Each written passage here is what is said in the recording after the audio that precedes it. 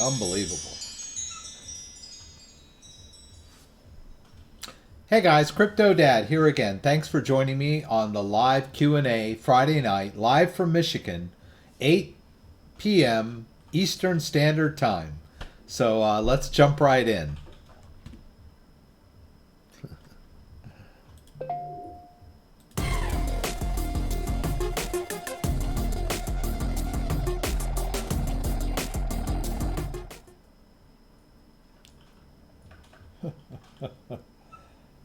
All right, so I managed to get started right on time this week.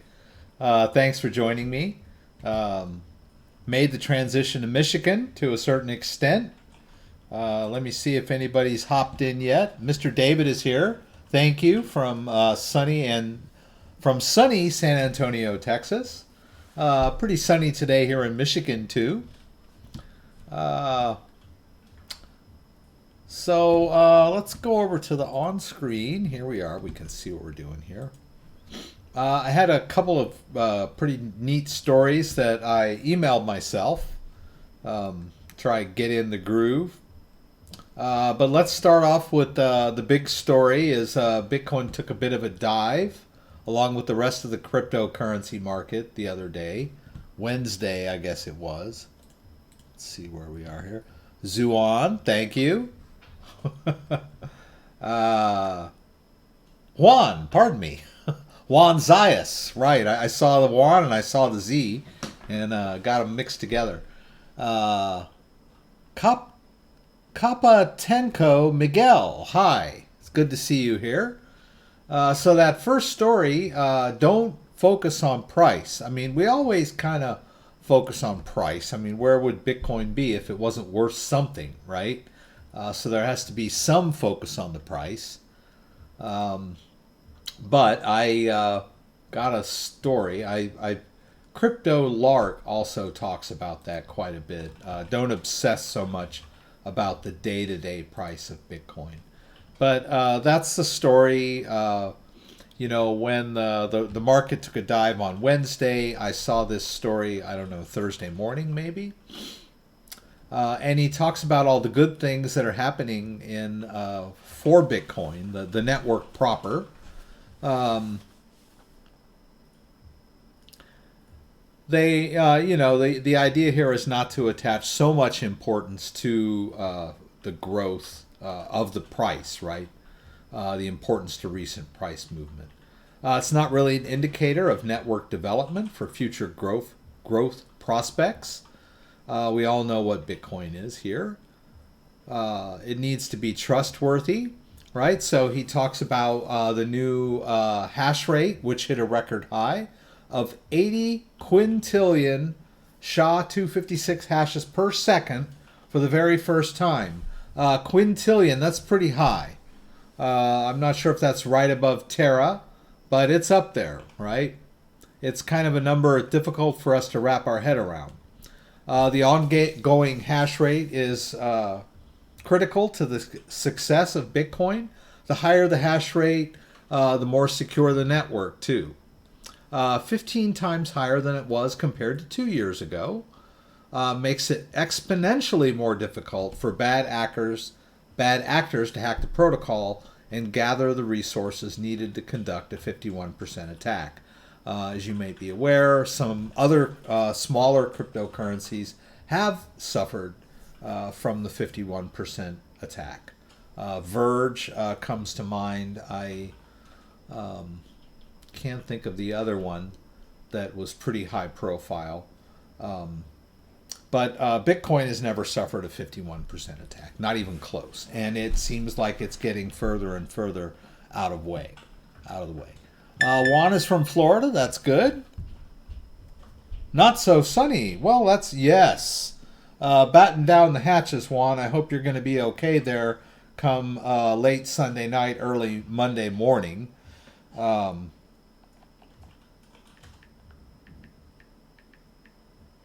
yeah, it's turning out that that's turning into a big hurricane coming your way. So I wish you the best. Stay safe. Um, Hang on to your Bitcoin. Right? You may lose power, so you might not be available for trading. So batten down the hatches. Okay, so the Bitcoin hash rate has hit an all-time high recently. Very good. Market cap broke 100 billion for the very first time this month. Realized market cap is a metric included in coin metrics. So the day-to-day price is not that big of a deal. And this is Patrick McHenry, one of the U.S. congressmen during the recent congressional hearings on the Libra cryptocurrency that sort of spilled over into Bitcoin.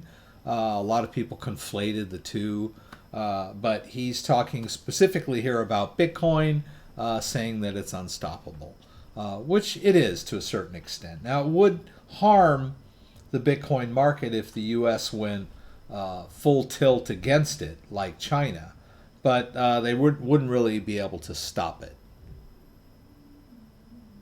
Hey, crypto time is here. That's nice. Bitcoin could surpass gold as the leading source of value and ultimately become the trusted global reserve currency.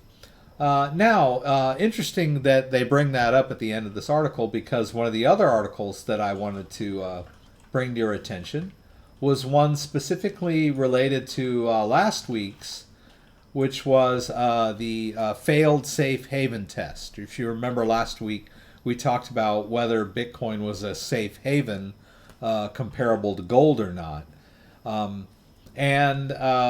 This gentleman here, Peter Schiff, who is a longtime crypto basher, said that after Bitcoin had its drop, that it had proved that it was no longer a safe haven, based on the fact that its price went down, as the market also went down. But the market going down happened really over the weekend, and sort of picked back up early Monday morning, and Bitcoin didn't crash or have this adjustment until Wednesday. So the timing was a little off, but basically what he's claiming is that the market went down and Bitcoin also went down, so that means it's not a safe haven.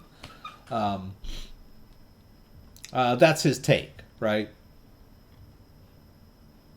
He's expecting Bitcoin that should, if it's a safe haven, it should, correlate with gold, right?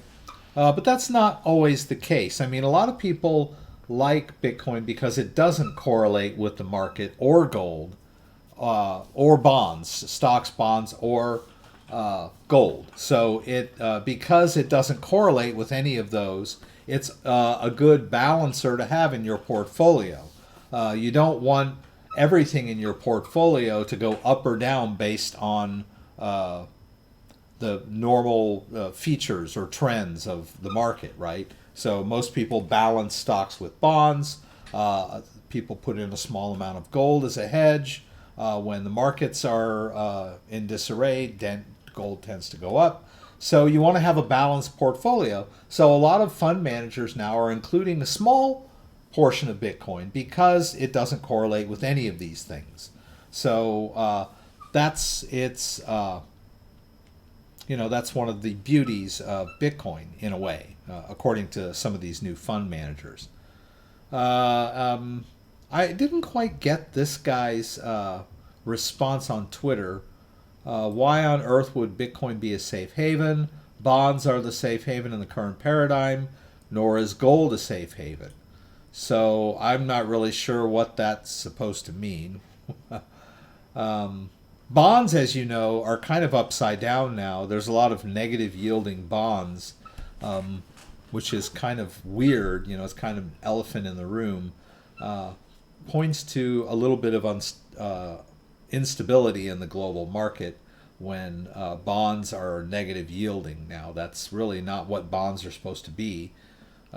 Some people say bonds shouldn't be called a bond if it's got a negative yield. But anyway, I thought that was interesting story, because we talked about Bitcoin being a safe haven last week. So there we go. And let's see what we got here. those are the two, and then I emailed myself a couple of articles. Let's see, this one first. Colleges and universities now offer cryptocurrency courses. So this is a good sign of that it's an emerging technology and that it's here to stay. 10 years ago, cryptocurrencies were largely unknown to the world's general population. All that changed. Colleges and university at the forefront of innovation. So Stanford, Cornell, and MIT are teaching more classes on the topic of cryptocurrency than ever before. I guess this is a video. I'm not going to watch the video inside my video, but that is a fact, that there are a lot of courses in blockchain and cryptocurrency and cryptography being taught more and more in colleges and universities. All right, and then this other story here, blockchain will wipe out central banks, which I thought was interesting. Some of these stories that I get from my cryptocurrency app, my Crypto Pro app, they're not always quite on topic, but they're pretty close. Doing a lot of traveling. So basically the point of this article is that a lot of banks are involved in the cryptocurrency blockchain space now. And so we've always thought that Bitcoin is a rival. Hey, William, good to see you. Bitcoin is a rival to the banking industry. So a lot of banks are kind of jumping into blockchain technology, maybe thinking that they will go digital in their own way. Of course, they won't want to be decentralized like Bitcoin or open source or that kind of stuff. But it's a sign of the times that Bitcoin is taking hold when you see banks sort of jumping in. This guy, Marco, William. Okay, so he's got, good. We're hoping to have a good holiday weekend. William upgraded his phone to the Samsung Galaxy Note to make it easier for himself and deactivated all of my accounts with Google Authenticator.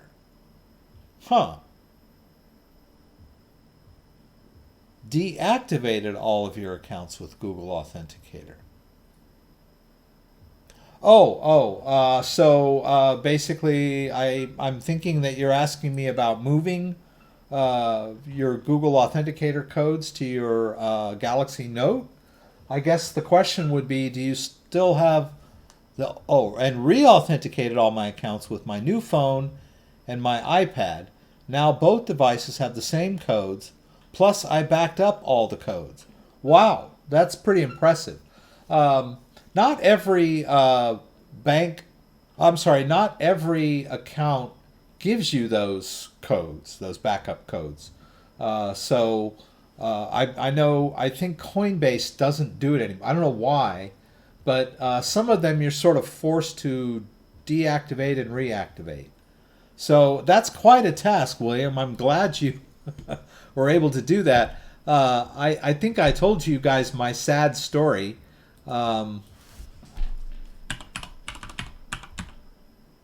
Whoops.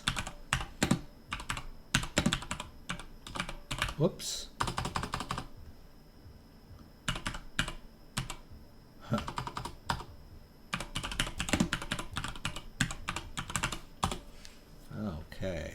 Whoops. If I'd have spelled May right, that would have come out all better, wouldn't it? There we go. Oh, of course, I've already typed that in several times. Which one is the good one? That's the good one, right? Yeah. The sob story that I had to tell was that I got a new phone, and it was an upgrade, right? So because I hadn't paid off the old phone and I wanted the new phone, the idea was that I was going to turn in my old phone for the credit, right? So I got my new phone, and then I got my old phone, and I sat down to do the transfer of every single Google Authenticator code that I had. And so basically I would enter the account using the old phone, the old code, right? We're using the old phone. Then I would get into settings and I would deactivate authentication 2FA, and then I would reactivate using the new phone. And then I was recording all of this too, so I could make this grand video. And so I went to every single account. I went to my Microsoft account, deactivated 2FA, reactivated with the new phone. I went to my Google email accounts. That was not too bad because you just have to go in. You just go into your Google account on your desktop and hit change phone. So that's not too bad. And then, of course, all my cryptocurrency accounts, Coinbase, Binance, Bittrex, and all the little ones that I had. I mean, it took me like 2 days to do this. And then when all was said and done, and I was ready to turn in the old phone, because it was an upgrade. They said I could keep the old phone for 2 weeks before I had to turn it in. I said, okay, now that I'm done, let me wipe the old phone so that I can turn it back into them, right? So I went to settings, reset all contents and settings on my iPhone, tapped yes, and then they said, are you sure? And I said yes, and then they said, are you really, really, really, really sure? And I said yes, and then I watched it start to erase my iPhone. And then I looked over on the table and looked at the phone that was laying there, and I said to myself, hey, wait a minute, isn't that my old phone? And then I realized in horror that I had just erased the brand new phone that had all the new codes on it. So I lost every single code that I had put onto my new phone. And of course, they weren't on the old phone anymore. The old phone had, all those codes were inactive, right? So then I had to do things the hard way. I had to go to every single website that I had two-factor authentication on and try to disable it. And as it turns out, the Google wasn't bad because my desktop was active, right? My desktop was a recognized device, so I was able to re-enable on the, after I re-got the old phone ready, I was able. But some of them were tricky. Coinbase was tricky, Bittrex and Binance were all tricky. I had to, let me show you one of the pictures. I don't think it's, let's see here.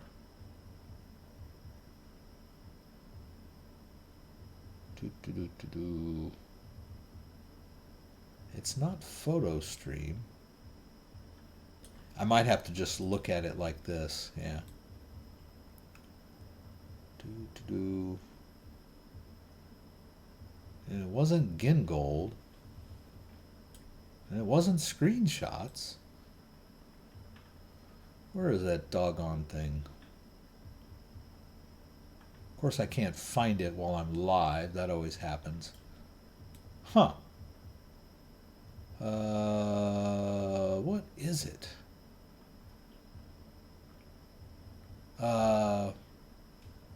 Photo. No, it's like photo. Doggone it.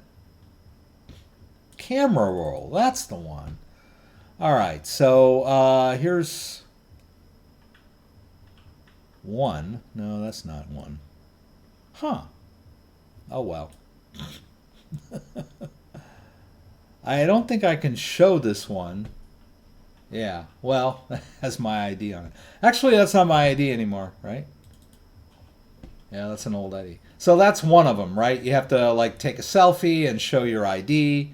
It was a long, drawn-out process, and it was horrible. So good for you, William, that you were able to get it done and properly. And you got all your codes are on your new phone. I probably had 20 to 25 codes that went over, and then getting them back was hard. I think with my Coinbase account, of course I couldn't get into it, right, because I didn't have my codes. So I had to go to the I lost my codes link and give them a selfie and talk to their tech support and everything. So it took them like a week to disable my 2FA. Once they got my selfie and approved me and everything, it took like a week to gain access to the account again. So I should do a video on that, because the most asked question on my Google account about I have that one video, how to move your codes to a new phone. Let's take a look at it. I think I haven't gone through and answered questions in a while, so let's go here. Got my selfie and approved me. Sorry. Let's go to most filter. No. See, now they've changed everything, so it's harder. Visibility, views. Is that right? There we go. Okay. So you can see that's my most watched video. And let's take a look at some of the comments.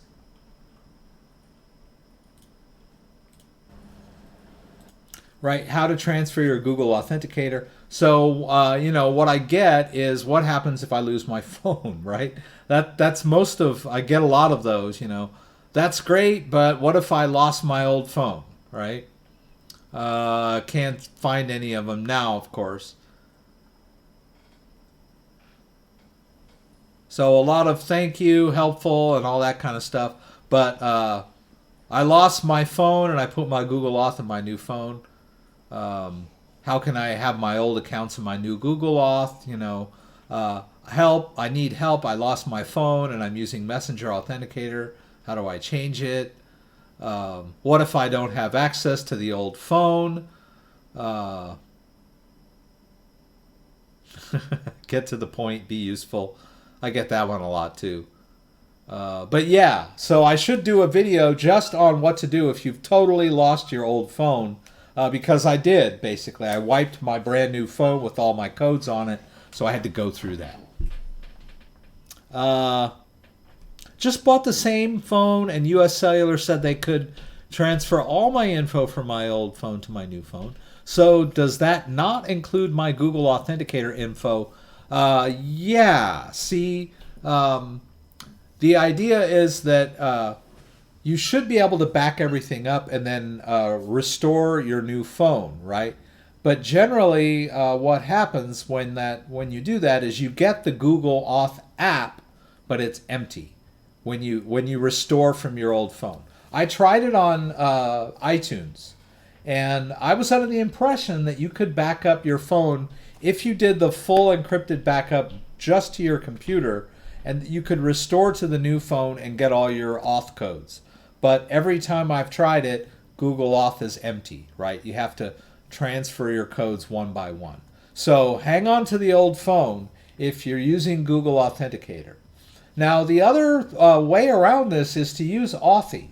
Authy is another two-factor authenticator, and it has a cloud backup feature, so that if you switch phones, you can simply transfer the codes to your new phone. And, you know, their backups are encrypted and all that great stuff.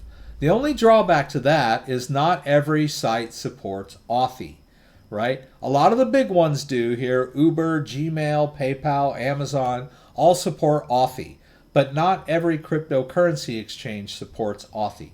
So it seems that for the moment that Google Authenticator is the most universal of the two-factor authenticators, right? So we're talking a lot about Google or authentication today. Let's see here. Let's go back to videos if I can. I just wanted to point out that I did a video,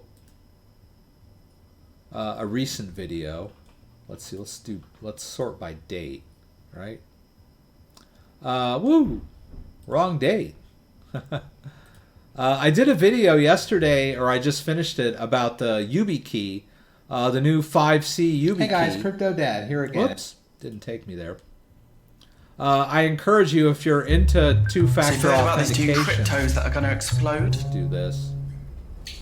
Hey guys, CryptoDad here again. To check this video out. It doesn't have a whole lot of views, but it's a brand new two-factor authenticator security key, right? And it's got a lightning connector on one side. You can't see that very well. And then it's got a USB-C connector on the other side. So if you got a brand new computer, it works just like any other security key would in the USB-C port. But there are a few phone apps that do support this lightning connector, and 1Password is one of them. So I see, if you'll notice there, once I got the key added to my account and launched my 1Password app on my phone, it asked me to insert the key in my phone.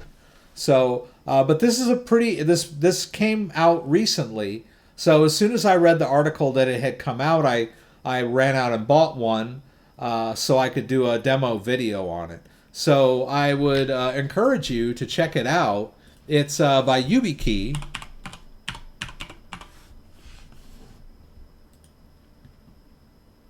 Or Yubico, pardon me. That was interesting. YubiKey from Yubico for mobile is the YubiKey 5CI. So pretty cool little device. Not that useful yet because not everybody supports it. I tried to use it with my Google Mail app on my phone, but it didn't support it yet. So the 1Password did. So that was what I did on the video, was the 1Password wherever we went. Yeah, it worked, right? Okay, William, in my new book, New Agent Success Guide, I talked about cryptocurrency and how property will change the way real estate in the future will be done. There will be no more 45-day escrow transactions. Will be done in less than a day or faster. That's very interesting that you bring that up, William, because I did hear that there were some real estate purchases done with Bitcoin. This was back, in 2017, where people were talking a lot about, people using Bitcoin, to buy Lambos and buy houses and that. But it could become, the go-to way to do it. It's going to revolutionize a lot of industries. And, a lot of bashers of Bitcoin talk about how the network is too slow compared to Visa and MasterCard. But that's really not a good comparison, because you want to really be comparing it to SWIFT money transfers, international money transfers, which take days, even in this day and age. And then real estate transactions like that, escrow, which I didn't realize that it's standard 45-day escrow, and that Bitcoin can eliminate that. That would make a big difference in the industry. So I'd recommend checking out William's book. I think check out William and his new book. And William is a frequent visitor to the live stream. I'm glad he's here. And I'm glad you're looking into the cryptocurrency end of things in your industry. I'm glad that you're on the cusp of that. So best of luck to you, William, and thanks for joining. I'm always glad to see you here, and thanks always for the tips.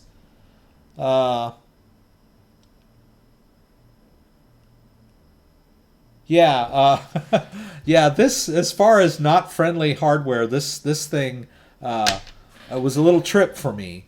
But I mean, the idea is, it's a great idea, right? The implementation, they're a cutting edge company, so the implementation is always going to be a little tricky at the beginning, right? Always.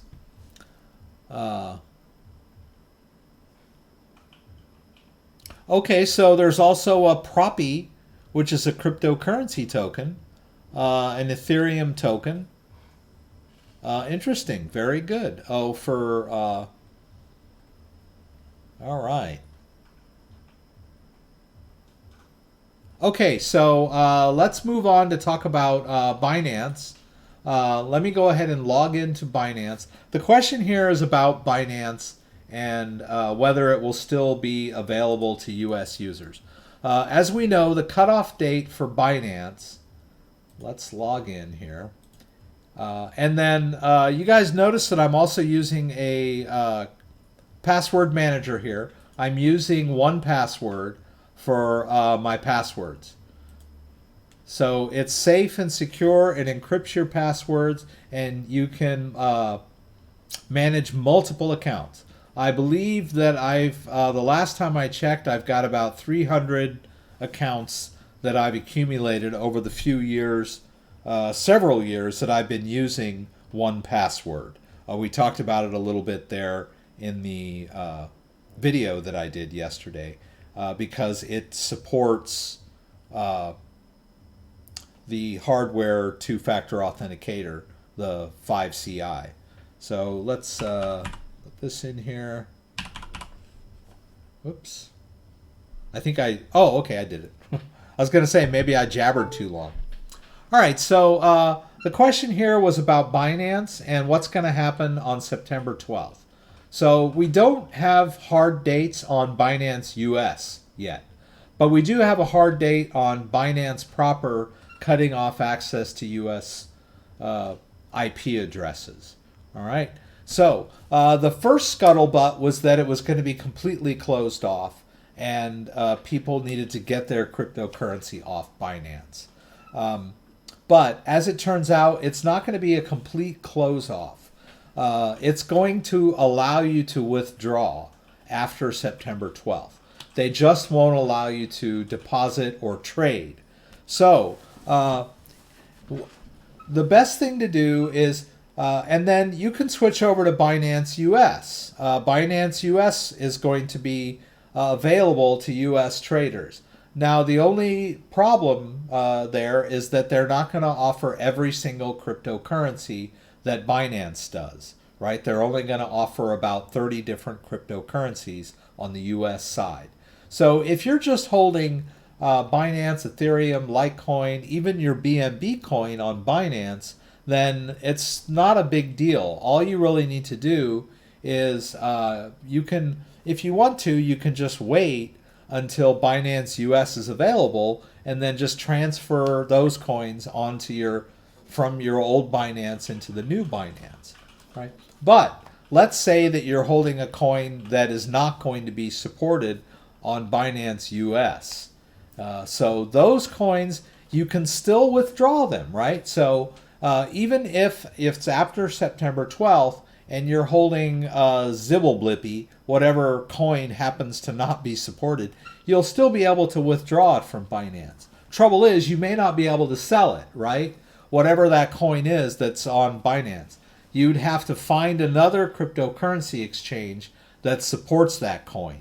So if you haven't found one yet for whatever altcoin that you've got on Binance, it might behoove you to just go ahead and liquidate that for something bigger like Bitcoin or Ethereum or Tether or whatever, so that you can transfer it on to Bitcoin USA. Now, you may not want to use Bitcoin USA. In that case, maybe just transfer what you've got on the old Bitcoin onto Coinbase. And like I said, you're never going to be cut off from that. So you can always transfer it onto the Coinbase site after September 12th as a withdrawal. You just can't make deposits or trade on Binance. So if you're going to liquidate any of your altcoins that aren't supported on any of the other cryptocurrency exchanges that you use, then if you're going to liquidate, you want to get that done before September 12th, right? You got just a couple weeks now. So, but if you're just holding some Bitcoin or Ethereum or Litecoin on Binance, then there's really nothing to worry about. You'll always be able to withdraw it. And, I always recommend that you hold that stuff in your own wallet anyway. So maybe just withdraw it to your own wallet and then, wait. Because we don't know how long it will be before Binance US opens, right? It could be, there might be a delay. It might be another month or so before you'll be able to trade again in Binance US. So I think that's pretty much the skinny. Binance US, whoops.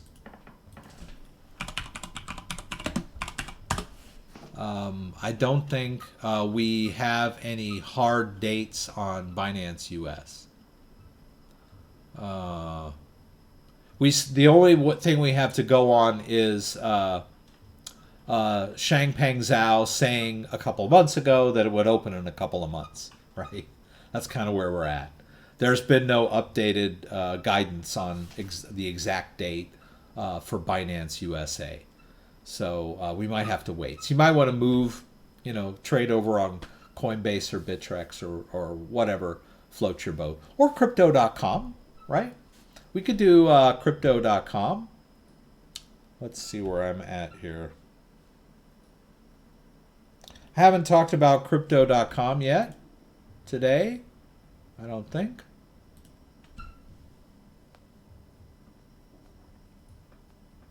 As you guys know, I'm a partner for Crypto.com now. They give me some information, and I do videos. I share information about their platform, and it's quite an interesting platform. Because we've talked a lot about my channel was, thank you, Circuit Masters. I appreciate that. We've talked a lot about holding crypto in your own wallet, right? We've talked a lot about, that we're all hodlers, and that in order to really own a cryptocurrency, you need to control the private key. But times are changing, and cryptocurrency is changing. And yeah, it's great if I have Bitcoin, and if I have a Bitcoin wallet and you have a Bitcoin wallet, I can send you Bitcoin and you can send me Bitcoin, and we can exchange value, and that's great anywhere in the world, across the room or across the world. Fine. But the harsh reality is we want to be able to spend our crypto in the real world, right? So that's where companies like Crypto.com come into play, because they are sort of bridging that gap. We also want to be able to spend crypto on online websites and that sort of thing. So we sort of have to deal with that fact. So, like BitPay, you can use a cryptocurrency wallet with BitPay, but a lot of places don't accept BitPay. So let me screen share with you guys. Come on now. There we go. And let's see here. There it is. Well, here's Crypto.com. Crypto.com is a cryptocurrency exchange, just like Binance, Bittrex, and Coinbase, right? But it is an iOS-based cryptocurrency exchange. They don't have web servers. They say it's more secure to be iOS-based. Web servers are vulnerable to hackers, so you can't access Crypto.com on the web. They have a website, but you can't trade there. So you can buy and sell cryptocurrency. You can transfer your cryptocurrency in and out of Crypto.com. But there's a lot of extra things that you can do. You can earn interest on the cryptocurrency that you're holding. Now, I noticed that Binance, I believe, is starting to offer that too. So that's an up-and-coming feature with cryptocurrency exchanges, is that, okay, if you hold your cryptocurrency on our exchange, we'll pay you interest. So that's called Crypto Earn, and I did a video on that not too long ago, and I deposited some Binance coin in for a 3-month period. So and it's earning interest for me. So that's pretty cool. And a lot of people comment and they go, well, do you trust them? And hey, shouldn't you hold your crypto in your own wallet and all that other stuff? But the times are changing, right? I do have most of my cryptocurrency in my own wallet. In fact, we can even move a little bit from this platform into my Ledger just as a demo on moving crypto tonight. I like the features that are being offered by cryptocurrency or Crypto.com. They also have a card which I don't have with me. They have an MCO Visa card where you can top up your card with cryptocurrency and then use that card just like a Visa card. It's a cool metal card, looks pretty cool, and I've used it at various places to buy things. So it's a quick and easy way to cash out your crypto. Now you're not specifically, I didn't go to Home Depot and buy and spend Bitcoin, right? I cashed out my Bitcoin onto the MCO card and then used that cash to buy at Home Depot. But it was a lot easier than withdrawing that from Coinbase and having to wait 24 hours for it to hit my bank account and then using that to buy my things, right? At any point in time, I could do a top up. Like I could say, oh, I want to buy a new lawnmower.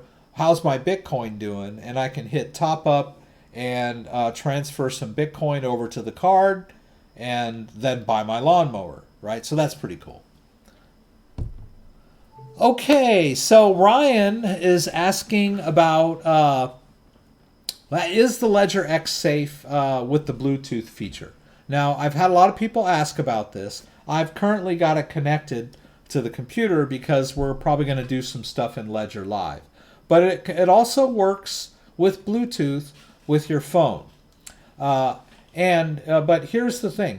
There might be some small vulnerabilities associated with Bluetooth. There's always a little bit of small vulnerabilities when we're dealing with transferring crypto, be it from your computer or your hardware device or whatever. But the crux of the biscuit here is that the private key never leaves the device. So we're not transferring our private key anywhere. So the way this device works is, and I forgot to, when you try to withdraw from your own wallet, what happens is you create a transaction or a transfer request, and then you send that transfer request to your ledger. Your ledger takes that transfer request and it signs it, right? So there's a transfer request. It gets cryptographically sent into the ledger. The private key signs the transaction cryptographically and approves the transfer out, right? So every cryptocurrency wallet has two keys. It has a public key and a private key. The private key is the part of the wallet that actually allows you control, right? Because the Bitcoin is really not in the device at all, really. The Bitcoin is on the blockchain. But you control that Bitcoin address with your private key. So what happens is the transaction goes into the ledger. The ledger, using the private key, signs the transaction, and then it attaches what's known as a cryptographic signature to the transaction. Then it's a signed transaction and it goes out. So the private key is never exposed it's never being transferred using Bluetooth, right? So no one is going to be able to steal your private key when you use the Bluetooth functionality of this. Now, there might be a possibility of someone that's close to you somehow spoofing the transaction, but that's a very, very small risk. And I'm not even sure if that is a risk or not. I'm just thinking out loud. That's a possibility that someone might try to. I don't even know if that's. But I do know that the private key never leaves the device. So we're never really exposing the wallet to the open air when we use the Bluetooth feature. So because a transaction request goes in, and a signed transaction goes out, and the private key never leaves the device. That's the way that the ledger works. So you're never exposing your private key by using the Bluetooth. So in that respect, the Bluetooth is not a risk. My question is, I take hardcore drugs. Okay, well, not a little bit funny, but not really germane to our conversation. Okay. Recently exposed. Oh, from the recently exposed Bluetooth hole. So I didn't know about that. There were some spoofs that were occurring with the Ledger. If you were infected with malware on your computer, there were some spoofs that were when you were requesting the address of your wallet in Ledger Live or the Ledger app back then. The attacker was putting in his own address. Right? So you thought you were sending cryptocurrency to your ledger, and you were in fact sending it to the attacker's address. Now Ledger fixed that issue by adding the confirmation feature of showing you the address on the device and making sure that it matched your screen to prevent those sort of man-in-the-middle attacks. So I didn't know that there was a crypto Bluetooth hole. Let's see. Ledger Bluetooth. Oops. Bluetooth. If I could spell, it would be great. Bluetooth hole. Bluetooth hole. Okay. Let's try Bluetooth hack. Ledger X Bluetooth hack. All right.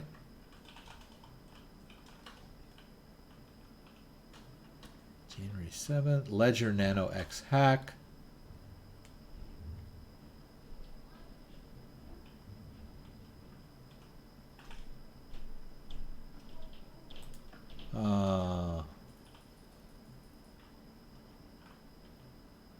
Okay, so I'll need to read this whole thing, but he's pretty much explaining the same thing that I just said about the unsigned transaction creating a signed transaction.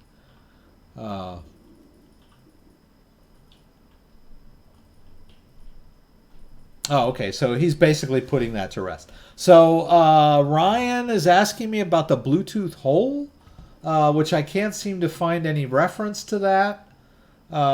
As far as I know, there haven't been any Bluetooth hacks on the Ledger Nano X that I'm aware of.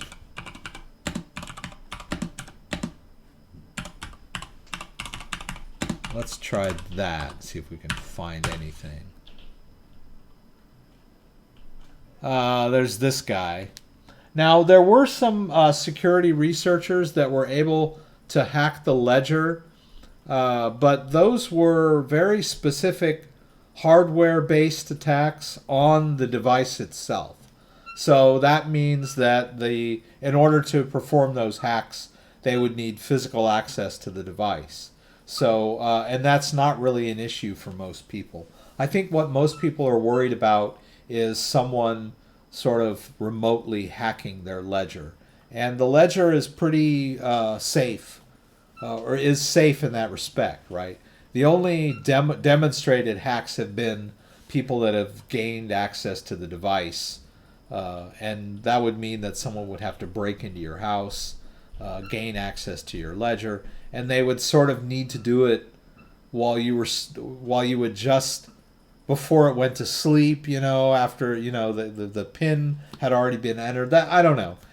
It's very difficult to hack one of these devices, and they need physical access.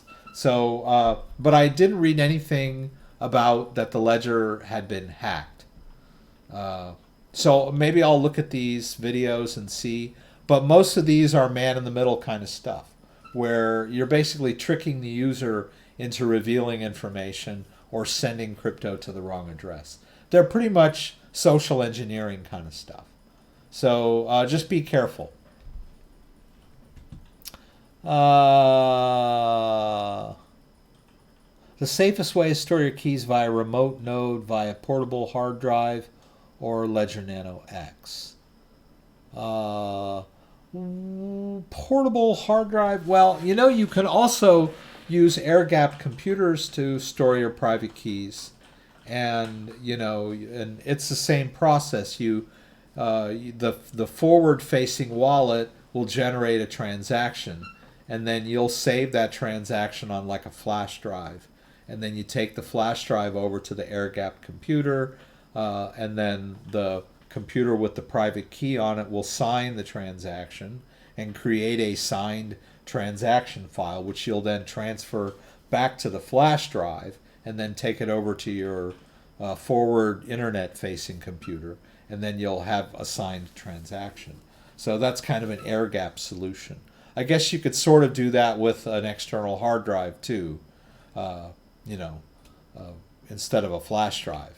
And but the key there is that there's a separated private key signing a transaction, and the ledger does that by using those buttons. So the user has to hit the buttons to approve transactions, and that is your separation right there. So the hacker cannot reach through the computer and tap your buttons for you. Circuit Masters, Grand Illusion, most exchanges won't give your money back either.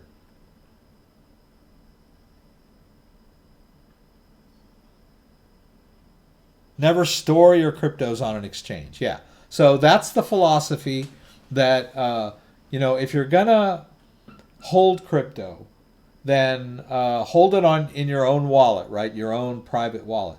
Now, if you're going to trade crypto, or you're going to try to spend crypto, then you might want to think about putting it on an exchange that's got that compatibility feature. All right. So like a trader, if you're waiting for the price of Bitcoin to jump up or down, then you need to have that Bitcoin on a cryptocurrency exchange where you can act fast, if you're a day trader. So those types of people are going to store their cryptocurrency on an exchange because they're waiting to make trades, right? And then if you want to spend your crypto on crypto.com, then you'll probably want to carry around some of it on crypto.com. Not all of it, but maybe just some of it, so that if you get in a position where you think you want to spend some of that crypto, then you'll have access to it wherever you happen to be, right, on your phone or whatever. Now, you could also store your crypto on your Ledger X and sort of carry the Ledger X around with you wherever you go. And if you need to spend it, you can. But then again, carrying this thing around, you probably wouldn't want your go-to storage device to be something you carry around with you, right? You could lose it, someone could steal it. So if you're going to use the Ledger Nano X as your portable Bluetooth crypto spend device, then you probably want to have most of your cryptocurrency stored elsewhere, right? Either on another X or like in a configuration where you've stored it and then wiped it and you've saved your recovery phrase so that you have access to that crypto, and then create a new configuration where you just carry pocket change around with you on this thing. Because I don't know that just carrying it around with you everywhere you go is a good idea if you're storing your whole nest egg on there, right? If you've got, multiple Bitcoins, because it's vulnerable, right? Someone could see you with it and put a gun to your head and tell you to transfer your crypto, and there you go, right? But if all you're carrying around is, a few $100s worth or a few thousand, you can afford to lose a few thousand, then you're not going to lose your whole all of your holdings, right? So there's a lot of choices when you're dealing with cryptocurrency. Now, if you're just a straight up hodler, if you're just storing, you're never going to spend it, then keep it in a private wallet that you keep at home in a safe place. if you're going to try to spend your cryptocurrency, maybe create a working wallet that you can walk around with here or on your phone, right? There are phone-based wallets. So Trust Wallet is a great wallet that it's phone-based. Hey, Scott, good to see you. So the Trust Wallet is a non-custodial wallet. You control the private keys. When you first set up the Trust Wallet, it generates a recovery phrase for you. And you can store that recovery phrase safely at home. And you can carry around multiple cryptocurrencies on it. And you can even send and receive cryptocurrency from it. So if you find a place that actually accepts Bitcoin, this wallet will, you can store Bitcoin on this wallet, I believe. All right. Right. Did I get it on there? Right. So I could store some Bitcoin in this wallet.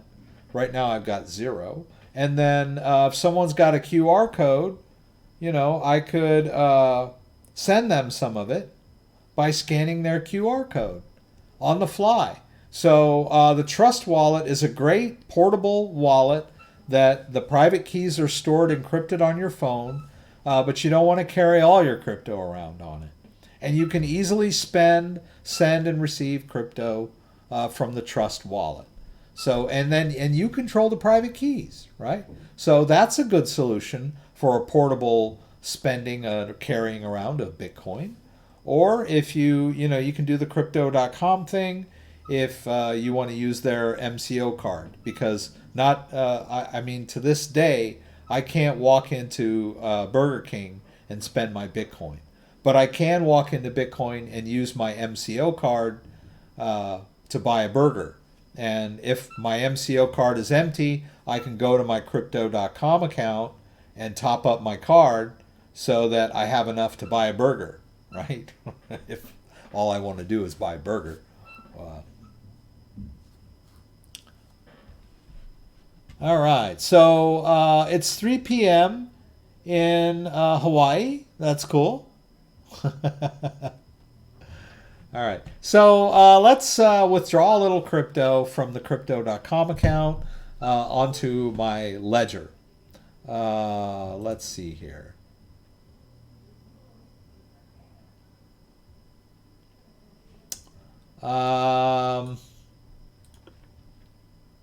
I could do it with the Bluetooth. Let me just check where we stand here.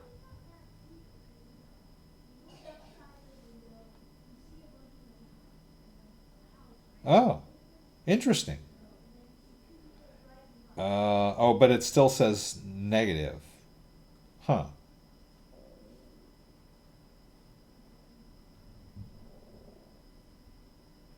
Yeah, the phone doesn't really support the Ledger Live phone-based app doesn't really support the native SegWit yet. But we could try the Ethereum. Why don't we do a phone-to-phone transfer tonight? All right, so let's take a look at our phone here. As you can see, I've got an Ethereum account there. And I've got some Ethereum in my Crypto.com account, if I'm not mistaken.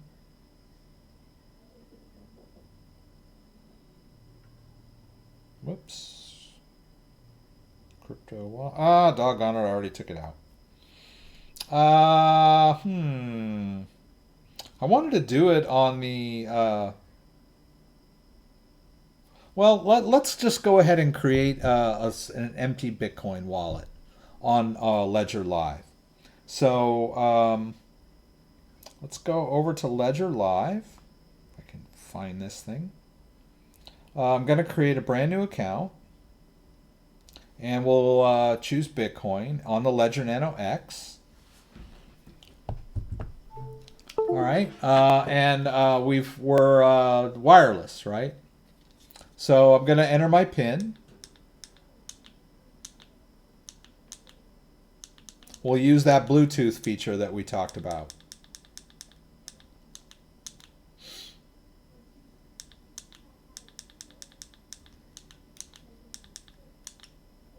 All right, so here I am at the home screen.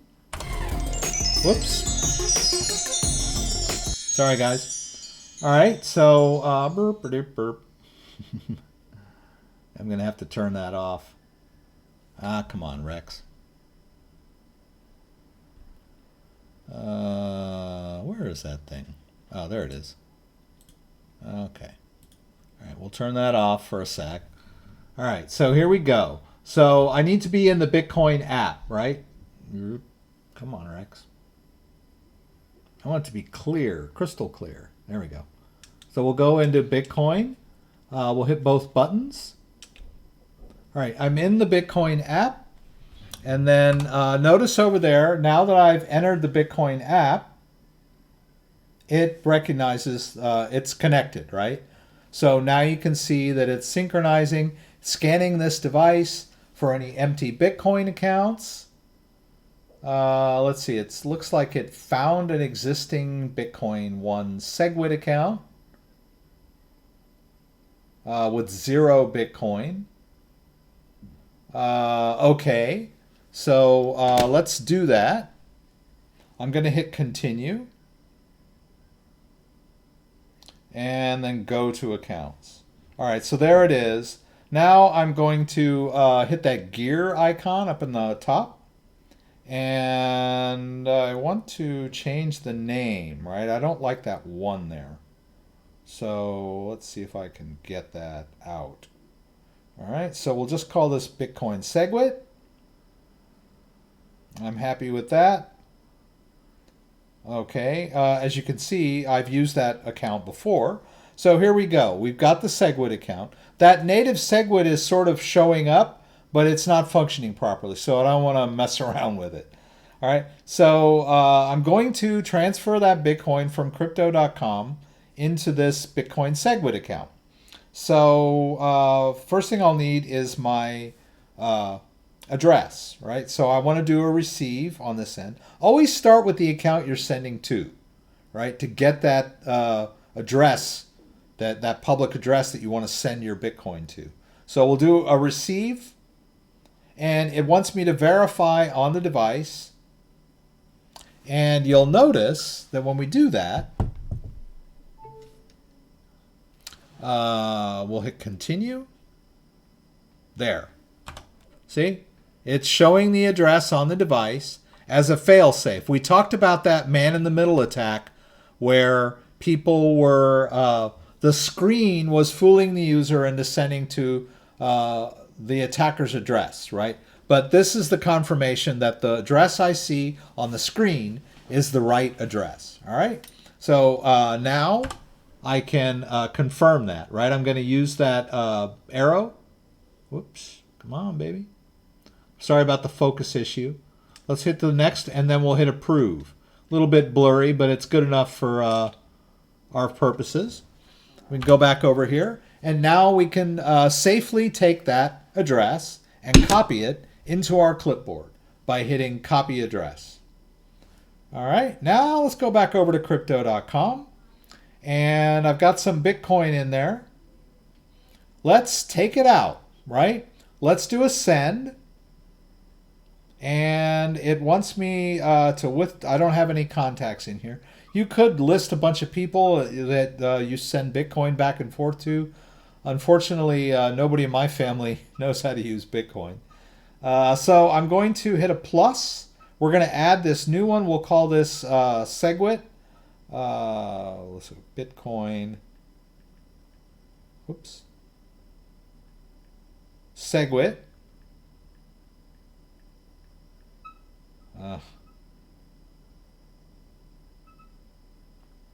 Oh, it's not letting me put a space. That's okay. Oh, I'm putting. First of all, let's paste in that address. Then okay. Now we'll put the name. Bitcoin SegWit.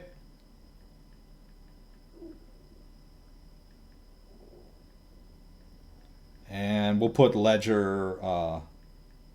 I don't know how long it'll let me make this name. But there it is, just so I know where I'm sending it, right? We'll hit continue. All right, so now I need to confirm the address. They're going to send me an email to confirm. So we can do that on the phone too. So we'll tap that. We'll go ahead and confirm that as our address. It's going to take me back to Google, and then it should reopen my app. And then we're golden, right? Now we can choose that Bitcoin SegWit Ledger X. And I'm going to tap Send BTC there on the side.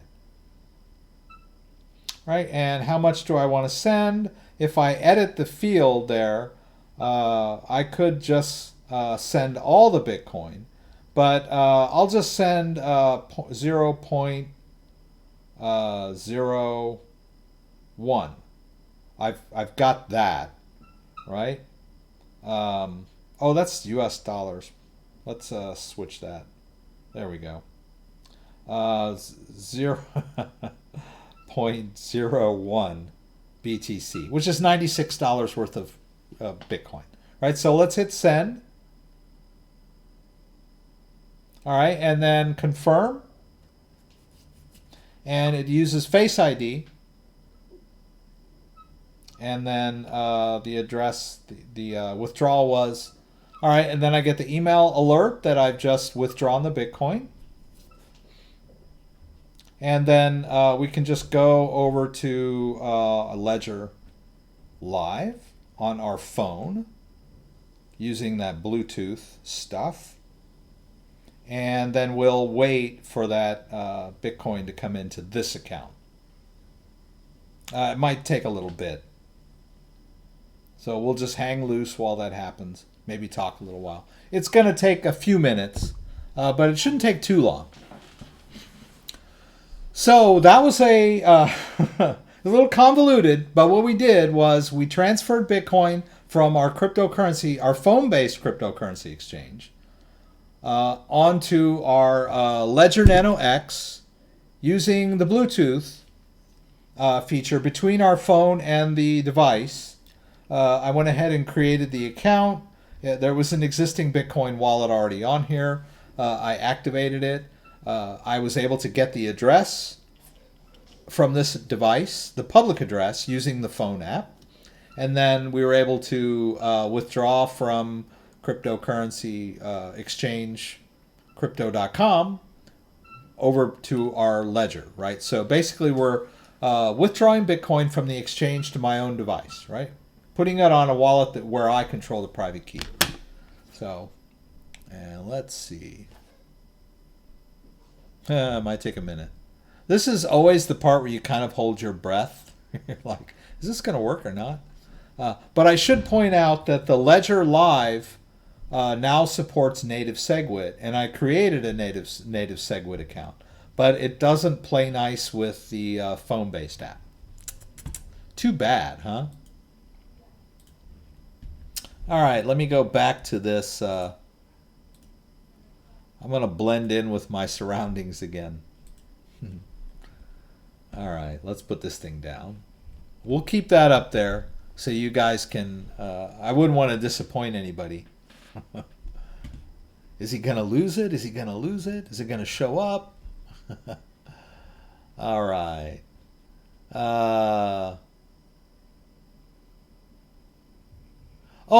Dro Kilo is thanking me for the earning interest video.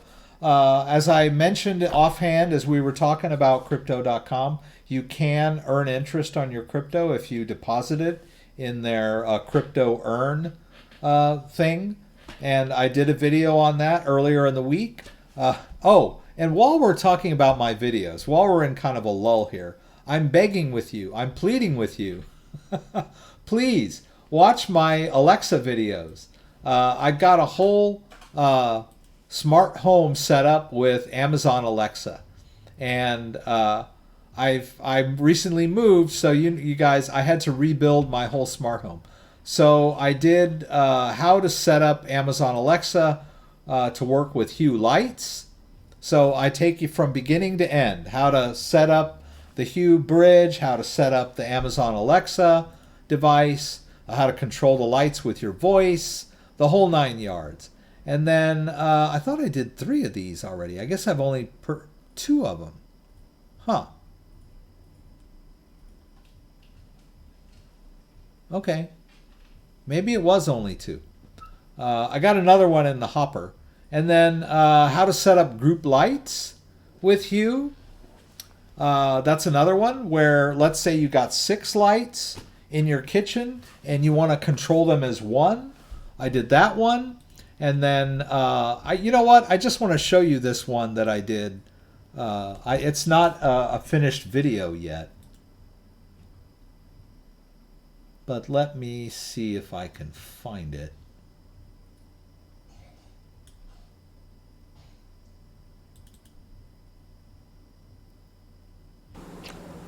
Okay, here we go. Well, that's my lovely wife. All right. So this is me recording. It's going to be kind of raw, but this is after I backlit the television set. And of course I look wonderful, don't I? Okay, now everything has been set up. We've got the TV backlit lighting. Okay, It's everything raw. has been set up. We've got the TV backlighting It's raw ready to video. go. We've got our kitchen and our dining room set up. Remember, I created a group with those so that we can adjust the lighting. So let's say something like Echo. Turn on blue glow on the movie lights. All right. All right. Whoa. And so that is the group So- that I created that includes the kitchen and the dining room. So that's the And kitchen now and we the can dining room. backlight the TV by saying, Echo, turn on blue glow TV screen. All right. So All right. there. Now So we got the you've got a TV nice, screen backlit. Really gorgeous. Lighting behind the TV so that you can watch movies. There's nothing better than sitting down on your couch to watch TV and telling Echo to turn off all the bright lights. Bright and movie lens doesn't support that. Yeah, and now my Echo back here is talking back to me. So not very clear, really, The lights in the dining but room we and can the change kitchen. those. We can sunset movie screen. Yeah. I like the solid glows myself. That's why I set them up. So we've got the Echo. So I don't know if my crypto fans don't like Echo. Mr. David told me yesterday that he doesn't like anything to do with Echo because Jeff Bezos can listen to everything he says, and that's legitimate. They do sort of know everything about you when you set up your smart home with Echo. You could choose Google, but then Google would know everything about you. But there's nothing better than sitting down at the TV and saying, you know, dim the lights, backlight the TV, and you know, and relax and watch a movie. It's really enjoyable.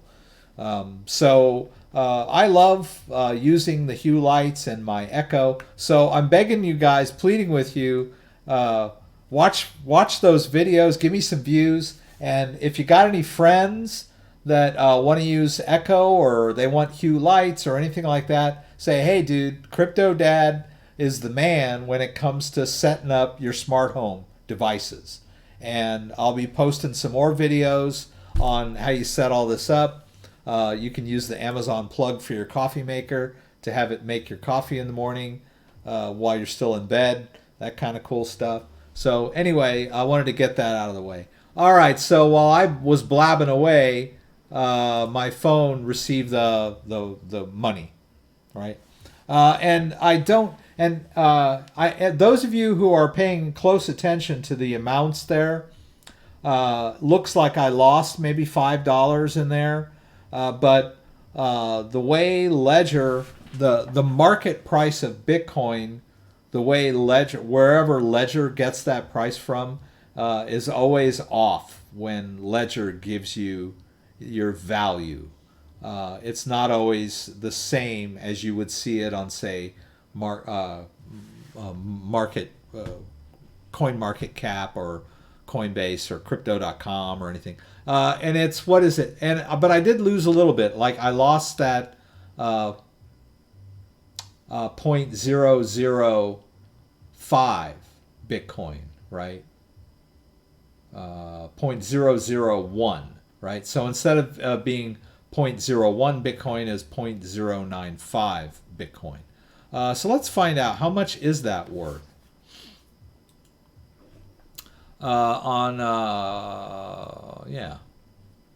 Coin market cap. Oh, it's better to look at it here, or it's one of them. All right, so what did they say? 0.95.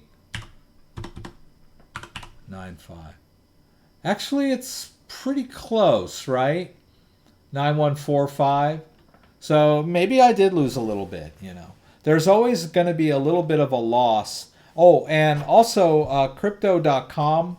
It's a great platform, but they sort of make their money in fees as far as transfer fees. They let you buy for free, right? If you send money to your account to buy Bitcoin, you get that Bitcoin scot-free, right? And if you're trading on your platform, on their platform, then the fees are low. But when you go to transfer out, you get dinged a little bit, right? So you got to keep that in mind. They all do. Bittrex, Binance, Coinbase, they all ding you a little bit at some point in the process, right? Coinbase really dings you when you buy Bitcoin. They give you that like $5 merchant charge on $100 worth of Bitcoin. So everybody's got to make a little money, right? So you're losing a little bit of money on the Bitcoin network in mining fees, or what you call network fees. And then there's a little bit of a surcharge on the exchange. Bittrex, Binance, Crypto.com, they all charge you a little bit of a fee, a trading fee and transfer fee. So just keep that in mind, you know, if you're counting pennies or whatever, right? So, but none of this matters that much in the long run when Bitcoin goes to the moon.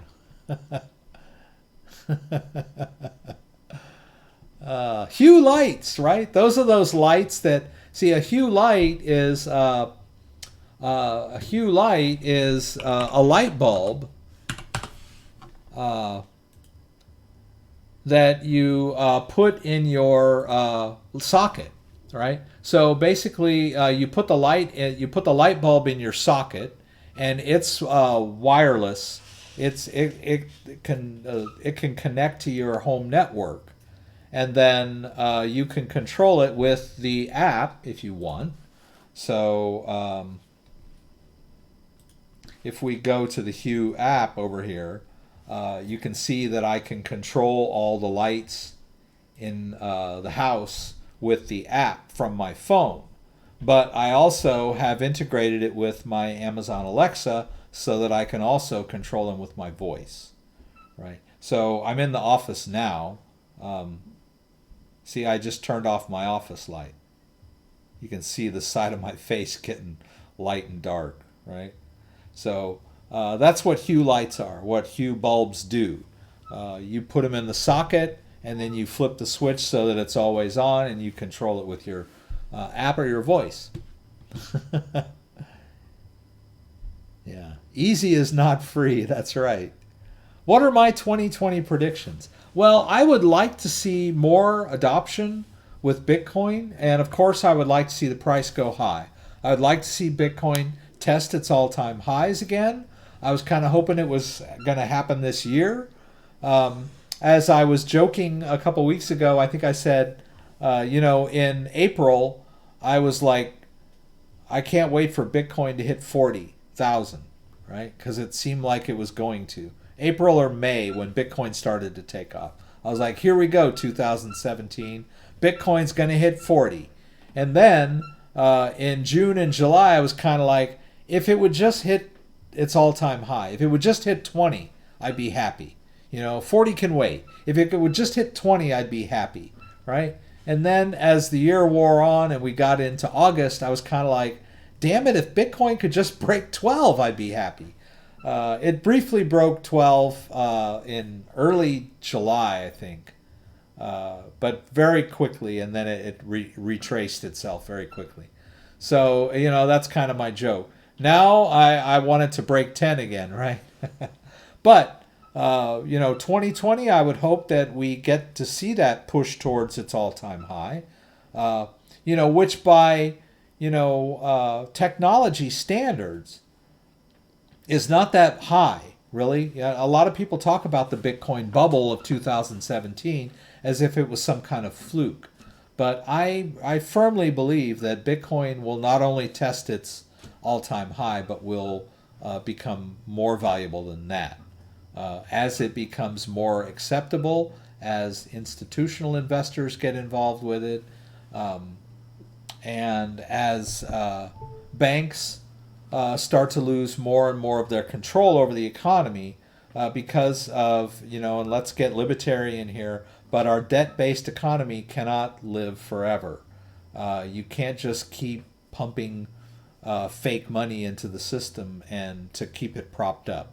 At some point, there's going to be a bust cycle. And when that happens, there'll be inflation will be higher, income inequality will be exacerbated, and Bitcoin and decentralized money will be more valuable because the system is going to let everyone down. That's my I don't wish ill upon anyone, but the system is broken. We realized that in 2008, right? And that's when Bitcoin was introduced. Was in 2009, in response to the Lehman crisis, right? The housing bubble bursting. That's when Bitcoin was born, out of that chaos, out of when the system let us down. And so what did they do when the system let us down? The government propped it up. They pumped money to all of the people that had screwed the system up in the first place. And what did they do with the money? They went on to continue on the way they were before, right? Nothing has changed. If you read alt media, you'll see that all of these banks and financial institutions are doing exactly what they've been doing, business as usual. And that can't go on forever. So that's why I believe in decentralized, peer-to-peer, digital money like Bitcoin. So that's my 2 cents worth. Have I used the local local coin swap? It's owned by the public, and you get paid dividend if you hold local coin swap shares. You buy coins in many ways. Sounds interesting. Sounds a little bit like localbitcoin.com. What are we looking here? Local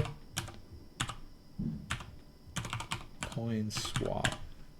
If you recall, there were some people, there was one high-profile case of some people that were selling their Bitcoin on local Bitcoin. This is local coin swap, but there's also localbitcoin.com. That's the one I'm thinking of. Yeah, this is local Bitcoin. So these are peer-to-peer marketplaces for Bitcoin and cash, right? So you can arrange to meet someone that has Bitcoin and you give them cash and they'll send you Bitcoin, or vice versa. There was a high-profile case of a woman that got arrested using this platform because she was one of the high-end traders, right? She had converted quite a bit of Bitcoin over the course of a year, and of course they got her kind of like Al Capone. They arrested her for financial trading without a license or whatever it was, right? They came down on her. So I think the government, this is kind of a point of contact for the government, is people that are involved in these. They're kind of exposing themselves. If you're doing huge amounts of business. Now, she was doing huge amounts of business with people that may or may not have been shady, right? But really, she was just converting Bitcoin. She wasn't really a drug dealer or a money launderer or a terrorist or anything of that nature. But because she was kind of high profile, they went after her and she got arrested. She ended up getting kind of a slap on the wrist as far as I know. But, that's what happens on... So use these sites to your advantage, but, play it safe, be cautious. Don't be too high profile. Really, and while we're talking about, the powers that be and the money system and all that other stuff.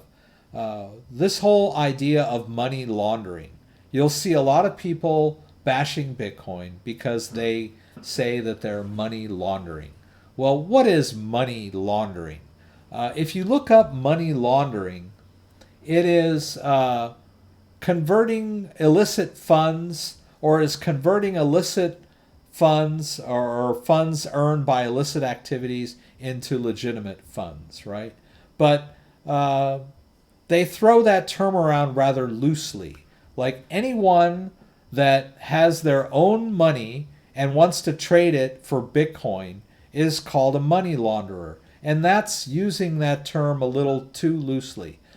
A private individual spending their own money and converting it from cash to Bitcoin is not a money launderer, right? So it's sort of like a fake crime.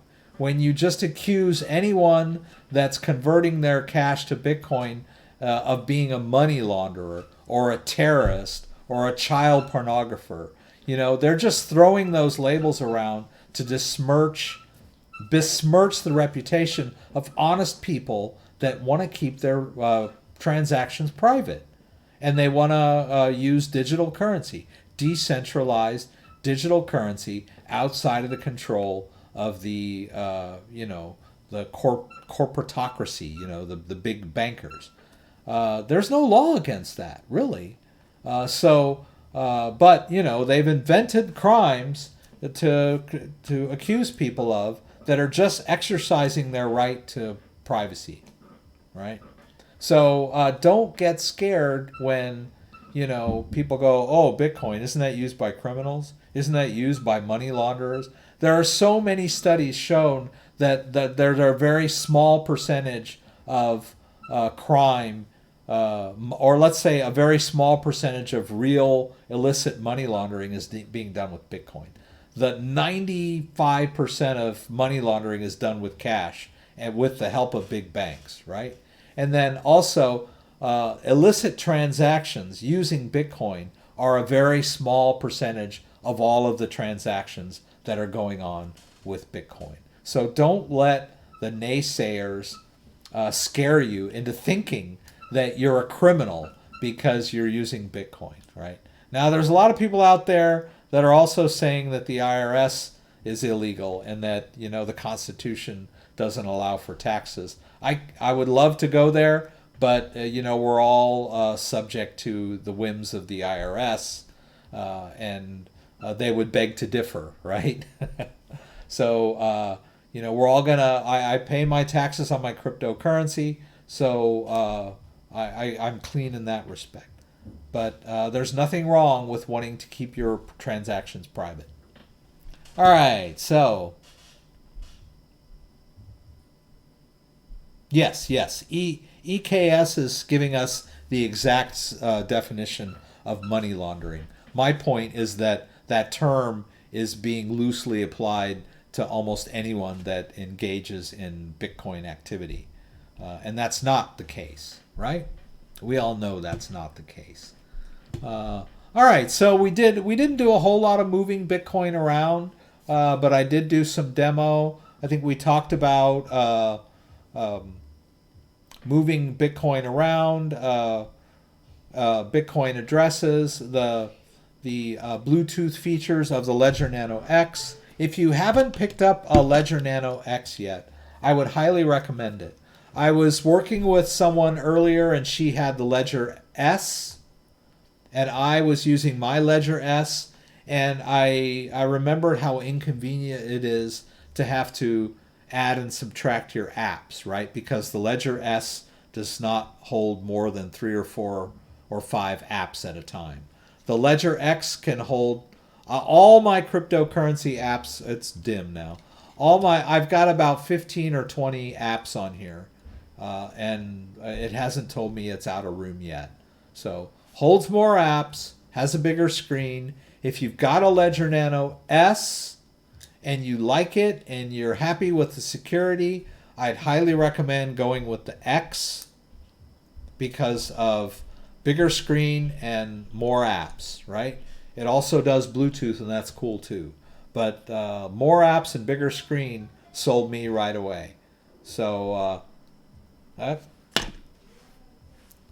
right, guys. So I hope that I don't get a bad reputation by the powers that be for talking bad about them on my live stream. But anyway, if I missed your question, guys, I apologize. Coinbase wallet. Well, the Coinbase, you can, if you just go to the Coinbase website, I think you can see which coins they support. I think Coinbase only supports about 10 or 15 coins right now. Their wallet, if you're talking about their iOS-based wallet, it'll hold any ERC20 token. It doesn't really correspond one-to-one with the Coinbase website. It's kind of a quasi-Coinbase wallet. It's owned by Coinbase, but it's basically just an ERC20-based wallet. It's an Ethereum-based wallet. It can hold any ERC20 token. So I get more into that, yeah. But if you're just if you're concerned about the coins that Coinbase supports, you can go to their website and check it out. Ledger too. They'll tell you what coins they support and don't support. So anyway, guys, thanks for joining me an hour earlier than usual. It's 9:30 in Michigan. We're going to watch a movie. We'll use our backlit TV and our Hue lights, and we'll enjoy ourselves. And I hope you guys enjoy the rest of your evening. Thanks for joining me. I could see there were some lively discussions while I droned on about how to send Bitcoin from point A to point B. But I thank everybody for joining. You guys keep me going. I've made that life commitment to be here every Friday. I missed a couple during the move, but it's good for me. It keeps me in the groove, and you guys keep me coming. It's always great to see the return guest. I want to thank William May for all his wonderful tips tonight. I hope that you guys will check out William's website and his book about Bitcoin in real estate. I didn't quite get the title of the book, but I thank you guys. I hope you guys have a wonderful evening. Forgot this. Don't forget, I'm here every Friday, 6 p.m. I'm here every Friday, 8 p.m. Eastern Standard Time. Please join me for Live from Michigan. I think I was going to call this one the Super Youper live stream.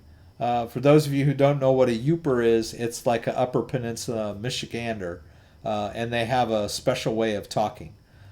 So join me once again next week for Live from Michigan. If you like this video, give me a thumbs up. If you'd like to subscribe to my channel, I would appreciate it. When you subscribe, there's a little bell that you can click that will allow you to be alerted whenever I post new content. Once again, thanks for joining me, and hope to see you again soon.